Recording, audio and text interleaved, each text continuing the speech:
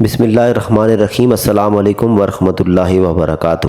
سامعین و ناظرین، آپ نے اکثر حضرت بہلول دھنا کے بارے میں سنا ہوگا۔ تاریخ میں ان کے واقعات بہت مشہور ہیں۔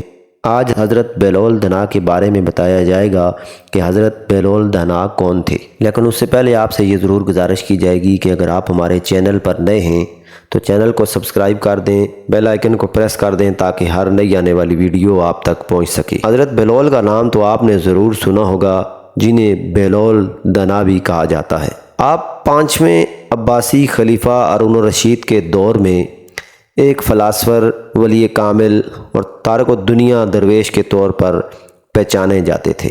ان کا کوئی گھر یا ٹھکانہ نہیں تھا، شہر میں ننگے پاؤں پھرتے اور جس جگہ تھک جاتے وہیں ڈیرا ڈال لیتے۔ بعض لوگوں نے انہیں مجذوب بھی لکھا ہے کیونکہ وہ عشق الہی میں گم اور ارد گرد کے ماحول سے بے خبر ہوتے تھے۔ بہت کم لوگوں کی طرف التفات کرتے، لیکن جب کبھی عوام الناس کی طرف منہ کرتے تو حکمت و دانائی کی بہت ہی عجیب و غریب باتیں کرتے۔ کوفہ میں پیدا ہونے والے بہلول کا اصل نام وہب بن عمر اور تعلق عرب قبیلے بنو امان سے تھا۔ ان کے والد چھٹے امام جعفر صادق کے شاگرد تھے، لیکن کچھ وقت ساتویں امام موسیٰ کاظم کی صحبت میں بھی گزارا۔ بہلول کا شمار بھی امام موسیٰ کاظم کے پیروکاروں میں ہوتا تھا۔ جب خلیفہ ہارون الرشید نے امام موسیٰ کاظم کو قید کرنے کے بعد ان کے تابعین کے خلاف کارروائیاں شروع کی تو وہب اور کچھ دوسرے لوگوں نے امام سے قید خانے میں ملاقات کر کے آئندہ لائحہ عمل کے لیے ہدایات مانگی۔ امام علی مقام نے جواب میں صرف ایک لفظ جیم لکھ کر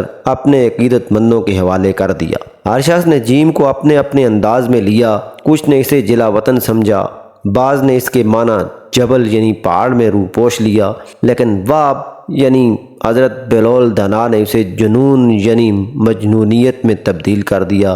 انہوں نے اپنی شاہانہ زندگی ترک کی اور پھٹے پرانے کپڑے پہن کر گلیوں میں نکل گئے۔ خلیفہ ہارون الرشید سے ان کی ملاقات 188 ہجری میں خلیفہ کے سفر حج کے دوران کوفہ میں ہوئی، جس کا ذکر امام ابن کثیر نے بھی کیا ہے۔ حضرت بہلول دھنا نے خلیفہ ہارون الرشید کو جو نصیحتیں کیں، ان سے متاثر ہو کر وہ انہیں اپنے ساتھ بغداد لے آیا اور پھر بہلول کا ٹھکانہ بغداد کی گلیاں ہی رہیں۔ حضرت بہلول دھنا کا مزار بھی بغداد میں ہے، جس کے ایک گوشے کے بارے میں مشہور ہے کہ وہاں سکھ مذہب کے بانی گرو نانک نے چلہ کاٹا تھا۔ سامعین و ناظرین، یہ تھی آج کی ویڈیو جس میں حضرت بہلول دھنا کا مختصر تعارف بیان کیا گیا۔ انشاءاللہ آئندہ ویڈیوز میں ان کے چند واقعات بھی بیان کیے جائیں گے۔